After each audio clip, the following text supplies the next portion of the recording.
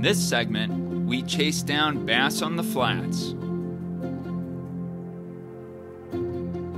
I estimate the striped bass in this video to be between 25 and 40 inches in length. When searching for stripers over the flats, always be on the lookout for fish flashing.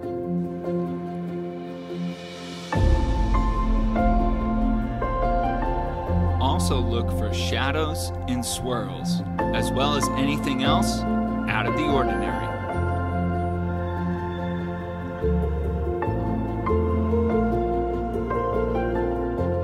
Cape Cod has many flats and sandbars, which can hold stripers May through October.